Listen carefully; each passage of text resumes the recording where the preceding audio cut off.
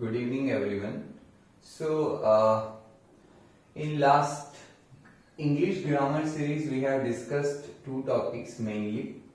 One was about articles, and second was about the tenses.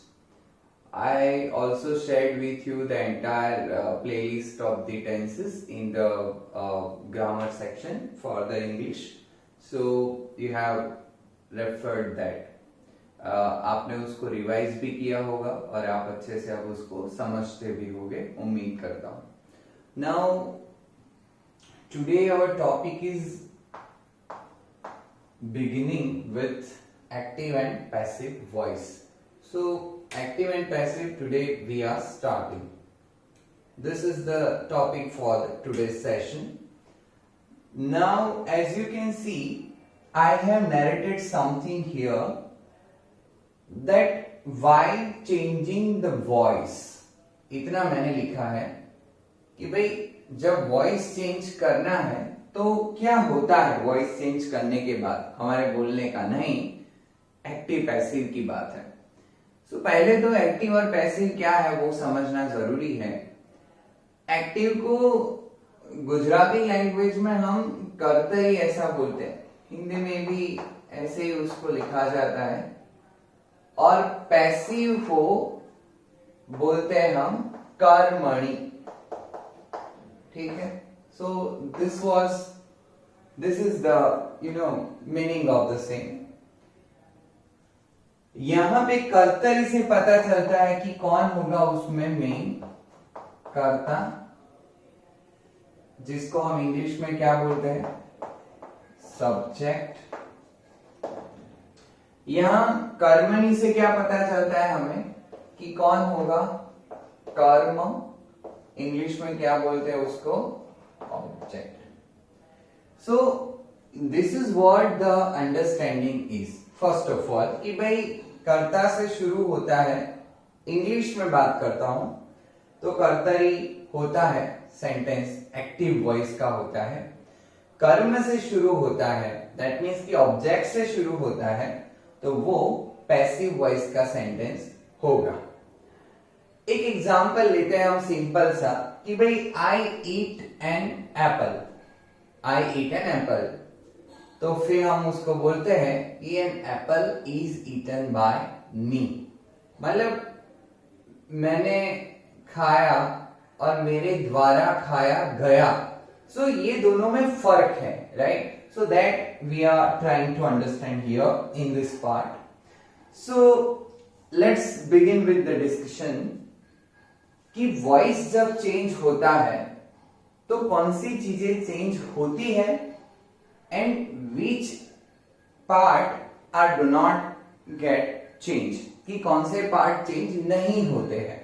So दोनों के बारे में हम समझने का यहाँ पे प्रयत्न कर रहे हैं. तो पहला है while changing the voice. पहला मैंने लिखा है place of subject and object will be changed. मैं बोल सकता हूं these are the 4 golden rules for active and passive voice, जो आपको पता ही होने चाहिए. These are the golden rules for active and passive voice that you must know. आपको पता ही होना चाहिए. तो place of subject and object will be changed. तो सब्जेक्ट एंड ऑब्जेक्ट का जो प्लेस है वो पहले तो चेंज होगा. वो क्रॉस आप सबने देखा है. एक्चुअली इंग्लिश में सेंटेंस का फॉर्मेट क्या होता है, एस वी ओ, और ये कौन से वॉइस में होगा, एक्टिव वॉइस में. जब हम पैसिव वॉइस करेंगे तो ये पैटर्न क्या हो जाती है, ओ वी एस. तो ये क्रॉस वाला है. ये आपने 8-9 स्टैंडर्ड में भी सीखा है.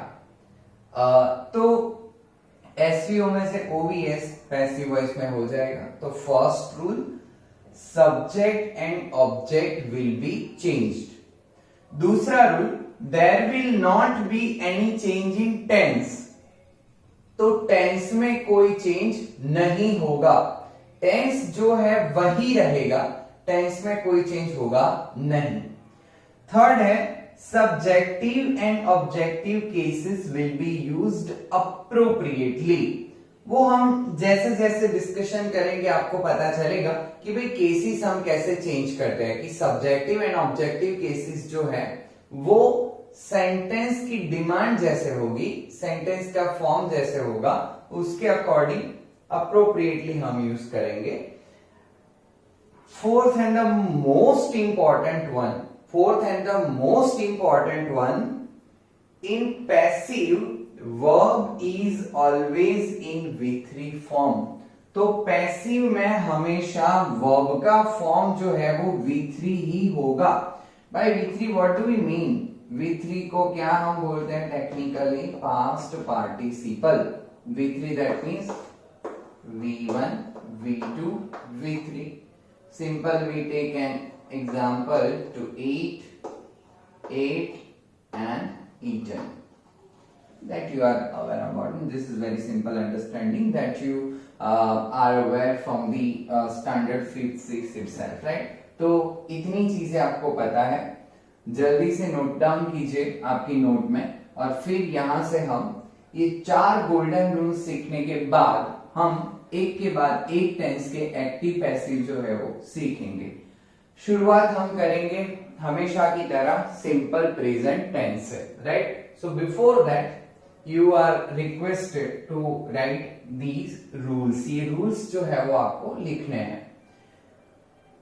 अगेन रिपीटिंग, लिखते जाओ, सुनते जाओ। Place of subject and object will B change. तो सब्जेक्ट एंड ऑब्जेक्ट का प्लेस जो है वो चेंज होगा। दूसरा, टेंस में कोई चेंज नहीं होगा। डायरेक्ट, इनडायरेक्ट और एक्टिव पैसिव में कोई मेन फर्क है, कोई मेन डिफरेंस है, कोई डिस्टिंक्शन है, तो ये है कि टेंस जो है वो नहीं बदलेगा। सब्जेक्टिव एंड ऑब्जेक्टिव केसेस जो है वो एप्रोप्रिएटली यूज होंगे।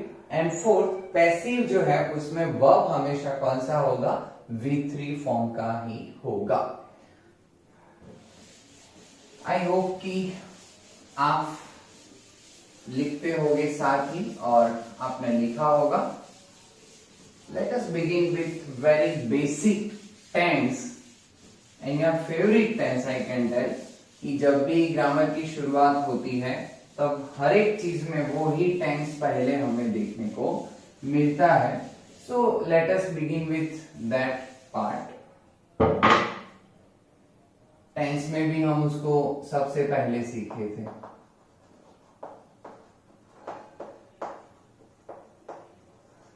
Simple present tense.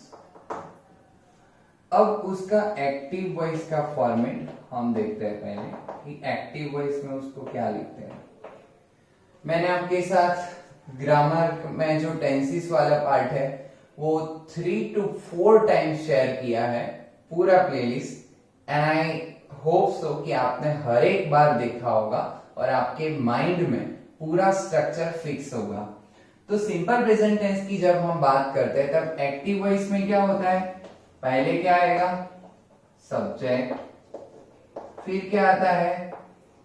V1, और V1 का कौन सा फॉर्म आता है? S या ES वाला, वो आप अवेयर है उसके बारे में। भाई V1 विथ S और ES, या तो फिर V1 ही आएगा। उसके बाद क्या आएगा? ऑब्जेक्ट। इसके बाद क्या आएगा? other words, right? So this is what the active voice formula is. Subject V1, या तो V1 के साथ S या ES, वो अब समझाना ना मतलब उचित नहीं होगा, क्योंकि अब ये लेवल पे तो आपको पता चल ही चुका होगा कि भाई वर्ब में कैसे मतलब V1 आता है और कब V1 के साथ S ES आता है। So this is technical thing and you are aware about। Object आएगा और अदर वर्ड्स आते हैं। जब हम पैसिव करते हैं तो क्रॉस होगा, तब क्या होगा? ऑब्जेक्ट यहां पे आएगा पहले। तो ऑब्जेक्ट कौन सा है? प्रेजेंट टेंस है। कौन सा टेंस है? Present tense. तो क्या आएगा ऑब्जेक्ट के बाद? Am, is, are. फिर क्या आएगा? ऑब्जेक्ट प्लस एमिजार प्लस V3, हमेशा V3 ही आएगा, उसके बाद क्या आएगा, बाय सब्जेक्ट और other words. So this is what the passive voice is, कि भाई पहले सब्जेक्ट उसके बाद V1 या तो फिर V1 का SES वाला form, it is simple present tense, तो आपको सिंपली वो पता ही है, object and other words. Passive voice जब हम करते हैं तब समझ लेना, तो ऑब्जेक्ट आएगा एमिजार V3 plus by plus subject plus other words. तो ये फॉर्मेट है इसका, आप सबको पता ही होगा। जब हम पहला एग्जाम्पल सीखे तो क्या सीखा हमने, आई ईट एन एप्पल, मान लो हम लिखते हैं simple present tense every day, तो ये हो चुका आपका सब्जेक्ट, ये ये V1 हुआ, ऑब्जेक्ट हुआ, और ये अदर वर्ड्स। तो कैसे करेंगे, ऑब्जेक्ट आएगा पहले, तो यहां हमने लिखा ऑब्जेक्ट को एन एप्पल, एप्पल के साथ एमिजार में से कौन सा आएगा, तो एम तो नहीं ही आएगा, ऑब्वियसली इज आएगा क्योंकि सिंगुलर है। An apple is eaten by me every day, clear. तो ये हुआ an apple is eaten by me every day. So this is what the thing is. Second sentence हम लेते हैं दूसरा, that my teacher gives homework regularly. मेरे teacher जो है वो हमेशा हमें रेगुलरली होमवर्क देते हैं, तो उसका कैसे लिखेंगे, होमवर्क क्या है आपका, ऑब्जेक्ट, मैं यहाँ पे HW that is homework, homework is given by, किसके द्वारा दिया जाता है, my teacher regularly, clear. So this is how we do passive from the active voice। हमेशा याद रखना दोनों चीजें आपको वाइस वर्सा आनी चाहिए, reason being one thing only, आपको जब पूछते हैं तब वैसा लिखते हैं हेडिंग में, चेंज द वॉइस, वैसे नहीं लिखते कि भाई एक्टिव में से पैसिव करो या पैसिव में से एक्टिव करो। तो वो आपको ध्यान में रखना है कि ये एक्टिव वॉइस में दिया है या पैसिव वॉइस में। कैसे डिसाइड कर सकते हो, ये फॉर्मेट को समझ के कि भाई बाय है, V3 का यूज किया गया एमिजार के साथ, ऑब्जेक्ट आगे लिखा है, तो वैसा सब आप मार्किंग करके समझ सकते हो कि ये जो है वो पैसिव वॉइस होगा।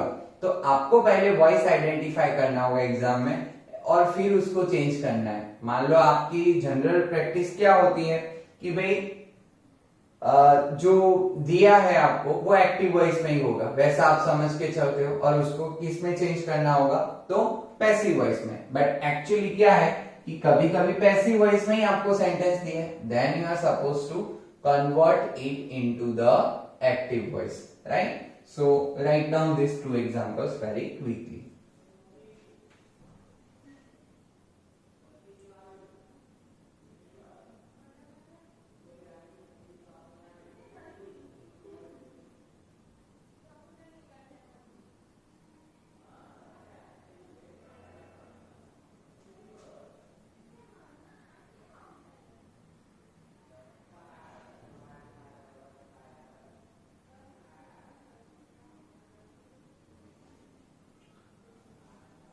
आई गेस आपने लिख दिया होगा अभी तक।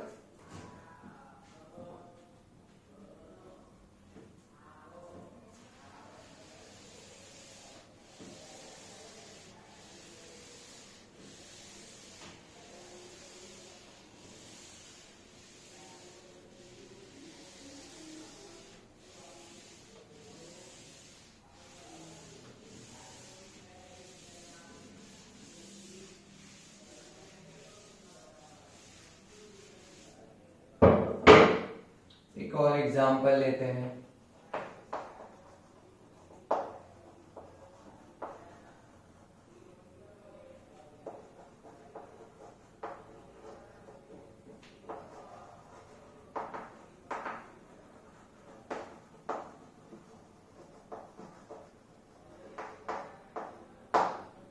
My mother makes delicious breakfast। तो अब तो आप बोल सकते हो वहां से, राइट, कि breakfast is made by my mother। अब क्वेश्चन होना चाहिए कि सर डिलीशियस कहाँ गया। तो जब ऐसी कंडीशन है, ऐसी स्थिति है, तब क्या करना है कि ब्रेकफास्ट के आगे ही डिलीशियस को लिख देना है कि भाई delicious breakfast is made by my mother. तो वैसे ही सीधा लिख देना है, और एक्स्ट्रा ही है वो वर्ड, लेकिन उसको पीछे नहीं लिखना है। Delicious has been used as an adjective here, तो वो वैसे ही उसके साथ ही रहेगा। इसके बाद एक नेगेटिव फॉर्म का सेंटेंस भी हम लेते हैं कि भाई नेगेटिव सेंटेंस दिया है तो हम कैसे करेंगे, राइट। सो मान लो कि एक आपके ऊपर ही ले लेते हैं कि students do not read news paper daily. Students हर रोज न्यूज़पेपर नहीं पढ़ते। कुछ लोग तो अभी बोल रहे होंगे वहां बैठ के कि सर न्यूज़पेपर जाने दो, जो पढ़ना है वो भी हम नहीं पढ़ते। So you know it's common thing. Lockdown नहीं था तब भी यही सिनेरियो था, और लॉकडाउन में तो ये सिनेरियो मतलब बहुत डेवलप हुआ है। एंड आई श्योर हियर कि वहां पे आप अभी स्माइल कर रहे होगे, और कुछ लोग तो लिटरली लाफिंग कर रहे होगे कि सर ने दिल की बात कह दी, राइट। मन की बात तो मैं कर नहीं सकता क्योंकि वो हमारे प्राइम मिनिस्टर साहब जो है वो करते हैं, बट मैंने आपके दिल की बात कही कि आप न्यूज़पेपर छोड़ दो सर, पढ़ना भी मतलब बहुत हार्डली होता है। कम बैक टू हियर, यहाँ पे क्या है, students do not read newspaper daily. हमें तो पहले यही देख लेना है, भले ही नेगेटिव है। पहले क्या है, स्टूडेंट्स क्या है, सब्जेक्ट, वर्ब, ऑब्जेक्ट। पहला काम हमारा क्या, ऑब्जेक्ट आगे सब्जेक्ट पीछे, सब्जेक्ट के आगे क्या लग जाएगा, बाय। इतना तो सिंपल है, आपको पता है। अब ये डू नॉट रीड का कैसे करें, वो हमारे सामने एक दुविधा आती है कि भाई डू नॉट रीड का हम क्या करें।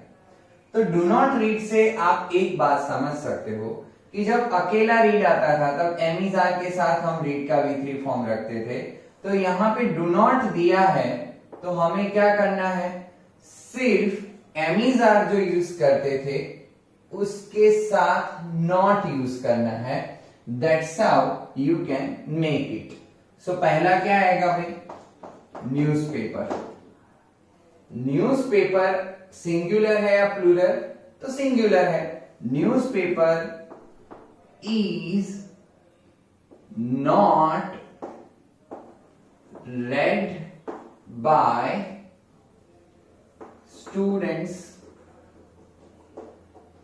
students daily, right। तो बहुत आसान है कि भाई newspaper is not read by students daily. तो आप ये समझ सकते हो अच्छे से।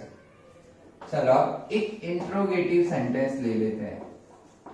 Who does this? अब ऐसा सेंटेंस हो तब क्या करें कि who does this। तो who का पहले हम क्या कर सकते हैं, by whom। अब कॉमन प्रैक्टिस में हम क्या करते हैं कि by whom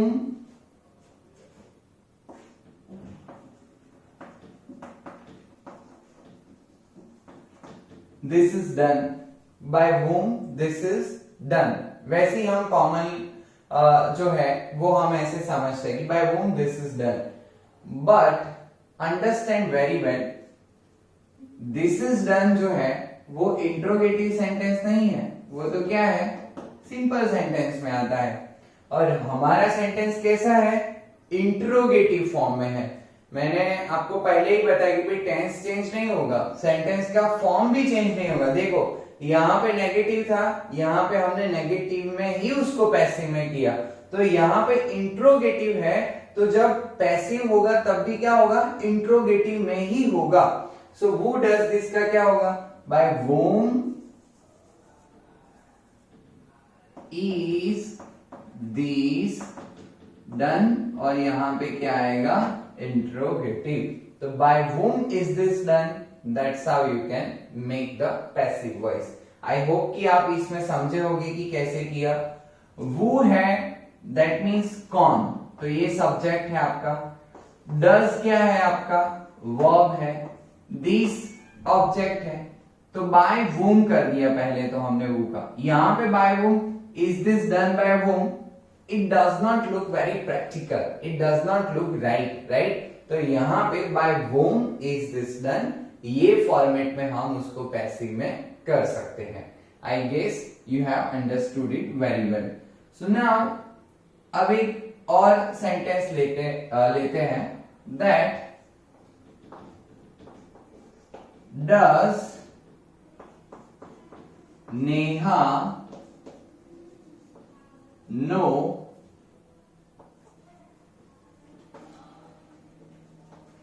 how to make parathas। Does Neha know how to make parathas। तो यहां पे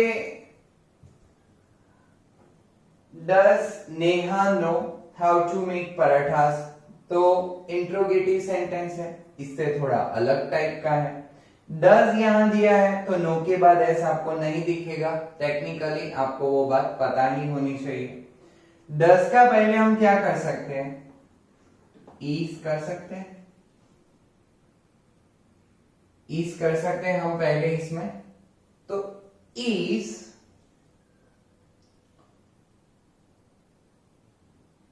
पराठास,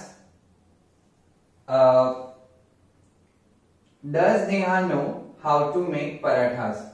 सो यहां पे हाउ टू मेक जो है, इसमें से हाउ रिमूव करना होगा, क्योंकि टेक्निकली यहां पे सेंटेंस जो है वो नहीं बनेगा।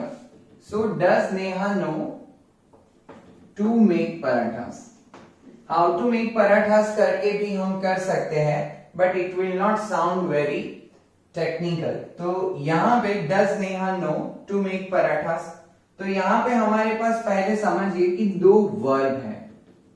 एक वर्ब क्या है, नो है, नो एक वर्ब है आपका, कि जो V1 यहां पे यूज हुआ है वो, और टू मेक जो है वो दूसरा वर्ब है, जिसको हम क्या बोलते हैं, इंफिनिटिव।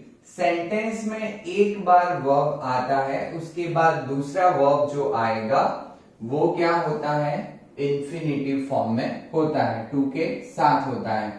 तो क्या बनेगा इसका, इज पराठास है, दैट मीन्स आर आएगा आगे, आर पराठास।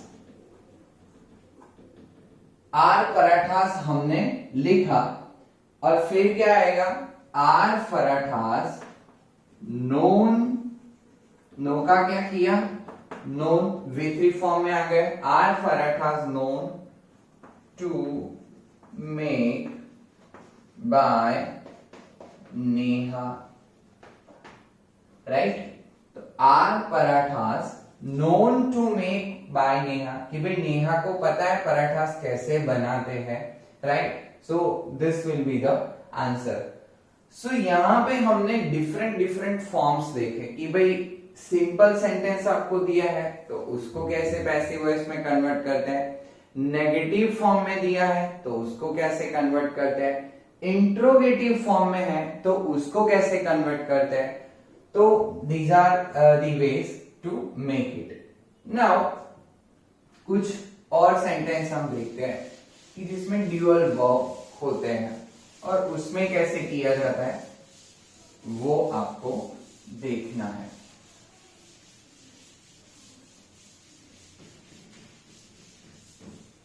कुछ ऐसे एग्जांपल लेते हैं कि जिसमें दो वर्ब आते हो, तो दो वर्ब से मतलब हम सीख सकते हैं। मान लो कि हम बोले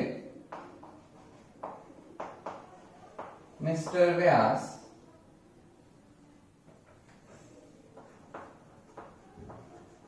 teaches us